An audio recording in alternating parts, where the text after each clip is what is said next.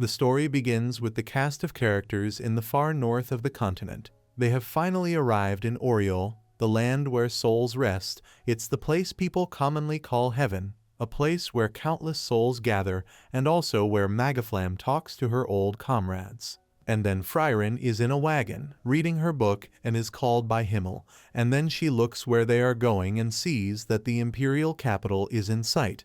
It will be the triumphant return of the group of heroes, and everyone there is excited to see them. While they are still en route on the journey, Himmel is worried about getting a job as soon as he arrives. Frieren asks him why he's already thinking about it, and he replies that life isn't just about defeating the Demon King. It doesn't end there, and Hyder tells Himmel that a great job would be one that lets him drink, and everyone starts laughing because he's a priest. And finally they arrive in the capital, and everyone welcomes them with much celebration, and the group of heroes go straight to the king to hear what he has to say to them. The overjoyed king tells them that they have done an exemplary job in defeating the Demon King, and with that, the world will enter an era of peace. There's a party going on. Many of the townspeople are dancing and having fun. Some are enjoying some artists playing instruments.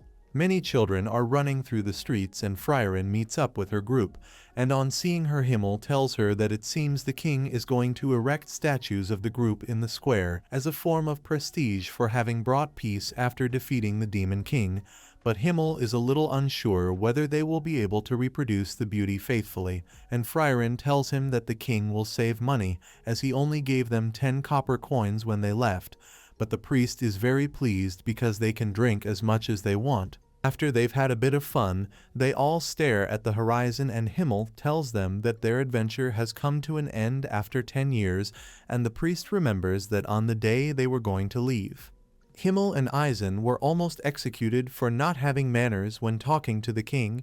If the shepherd hadn't appeased them, perhaps the adventure wouldn't even have started. Himmel remembers when Hyder was so hungover that he was useless, looking like an undead with the way he looked, Eisen saying that this happened once a week. On the other hand, Frieren was exemplary, but Eisen tells her that they considered abandoning her when she was eaten by a mime, Himmel having warned them that it was a trap, and then they start laughing about the good memories they had. Himmel is very happy about the adventure they had. Frieren says that the adventure was short, and Himmel is impressed, asking, "Short? What do you mean? It's been 10 years. Then Frieren looks up at the sky and sees meteors falling, and Hyder tells him that this was the meteor age, a meteor shower that happens every 50 years. For Himmel, it was a great way to start an age of peace. They watch the meteor shower and find it very beautiful, and Frieren says that it's quite difficult to see them around the city, but Himmel tells her not to be a party pooper, because people are enjoying the moment, and she tells him that next time, 50 years from now, she'll take them to a beautiful place to see the meteor shower, and Himmel starts laughing. She doesn't understand, but he says it's no big deal, and after seeing that beautiful meteor shower, everyone goes to rest because it's late at night. And then we see dawn in the city, with the group back together and passing over a bridge. Frieren says goodbye, saying it's time to go, and Himmel asks her what she intended to do. And she said that she intended to continue acquiring magic and exploring the central provinces for the next 100 years, but would pay them a visit from time to time, and so she went on her way, and Hyder told Himmel and Eisen that he didn't understand the feelings of an elf, even if 50 or even 100 years had passed. For the elves it was just another day, and after a few days it was night. Frieren was reading her book with a fire burning in the middle of a forest. Then we see her buying some things from a merchant, going through blizzards, sailing a boat, trying to uproot a plant, reading a book, sitting on a tree trunk cut down and covered with snow all around, and then Frieren, lying under the running water, decides to go to the merchant looking for black dragon horns, but the merchant doesn't have that item lying around, saying that he hasn't seen a black dragon for 2 or 3 decades. She listens to the old man's failure and is a little disappointed, as she wanted the item to make a summoning, and remembers the time she found one of these in the Demon King's castle, but kept Himmel. And she remembers the moment with Himmel saying that it seemed to be emanating a sinister aura, but it didn't seem to be harmful to the body. Then she looks at a bottle and thinks that it's almost time for the Age of Meteors, and that she should go there to get it. so she goes into town to look for her group of adventurer friends. Obviously, the town has changed a lot since she last went there. After all, 50 years is nothing to her. She walks along, trying to remember the route she should take to find Himmel, until he comes calling, and she sees him. He's very old, bald and bearded. And she tells him that he's finished, and he replies that that's a cruel way of putting it. For him, he's old but still very handsome. Time has passed for him, but she hasn't changed a bit. He thought he'd never see her again, and then they go to Himmel's house, and he offers her a hot drink, and she asks him about the horn of the black dragon that they found in the Demon King's castle. And then he tells her that he has never forgotten the item because it has emanated a sinister aura ever since they found it. And she tells him that he should have left it in a barn so that he wouldn't have any problems, and then he hands her the horn, saying that she left it in his hands without caring much, but to him she left an item in his care, and one day he would give it back to his friend. She takes the horn, goes outside and raises her hands, and a bird takes the horn and leaves, while she says that it wasn't that important. Then she goes back to Himmel's house and asks him if he's ready, because he was bald, and there was no point in taking so long to get ready, and he tells her that even bald people need to take care of themselves. So she waits outside when he finally comes out and locks the door, saying that they were finally going to see the age of meteors, and then they start walking. They meet Hyder and Eisen, and Frieren tells Hyder that he's much more presentable, and he says it's because he's the bishop of Sagra City now, and that she hasn't changed a bit, and starts rubbing her head, and she asks him to stop and says that Eisen hasn't changed a bit between them, and Eisen keeps saying, "Is that so, do you think?" And really, the dwarves are impressive, and then Eisen asks where the place is that she wants to take them, and if they're going straight away, because he thought there were still a few days before the meteor shower. And Frieren says that's exactly why they're leaving a week earlier, and Himmel thinks it's disrespectful to old people, the poor guy is old. And then they pass several places that are nostalgic for them. It even seems as if they've gone back to those days. They've really traveled to many places, everything shone in Himmel's eyes as if they were something new. And then night comes, they build a fire and spend some time chatting. Then we see that it's dawn and they have to deal with monsters on the way. They're all hiding in a thicket until Eisen jumps out to attack the beast, and Frieren also goes to help her friend. After defeating the monster, they start the long walk again.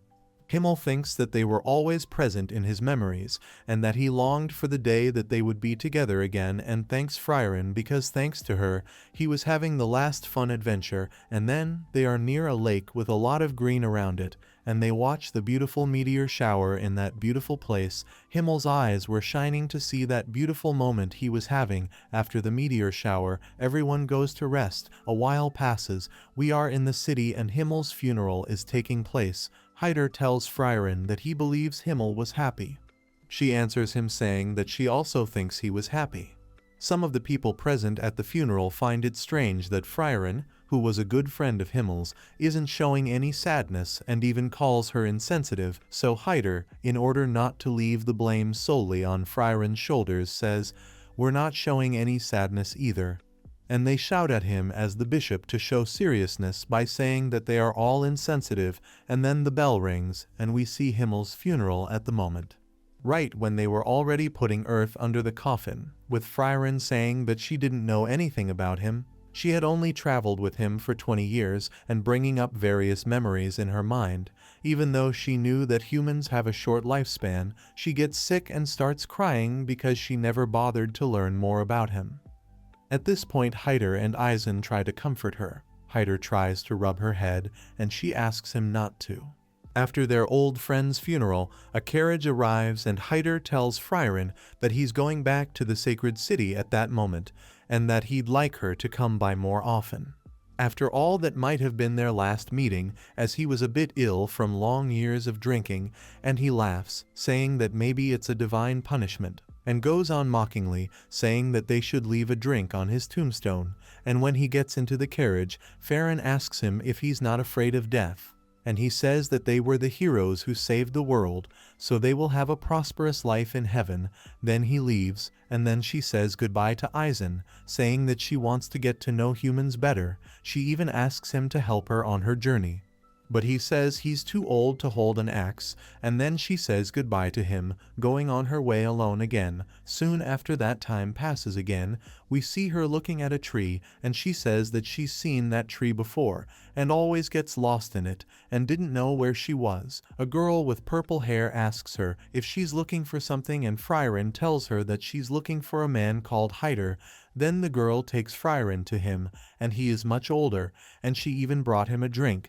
But he stopped drinking. They sit down at the table, and the girl serves them both a hot drink. And Hyder thanks her very much. Frieren asks who the girl is, and he explains that her name is Fern, and she is an orphan girl. He makes a request of her, saying that Fern has the aptitude to be a mage and wanted Frieren to take her to be her apprentice, and she refuses because the girl would only slow her down, and explains that the mortality rate for mage apprentices was high. And then he made another request, and then showed her a grimoire that said it had magic for the resurrection of the dead and immortality. She didn't believe that there was any magic of this kind, but he asked her to decipher the grimoire. But she said that it was very unlikely because to decipher it she would need at least 6 years, and he was afraid of dying. It wasn't like before, and he didn't want to be immortal. He just wished he had a little more time, and he reinforced his request to train Fern, and she decided to train her.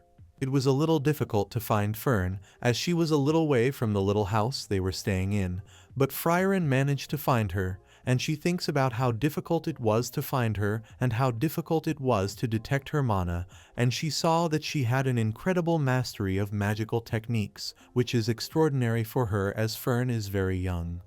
Fern tells Frieren that Hyder told her that if she manages to hit the rock, which is a considerable distance away, she'll be able to turn around on her own.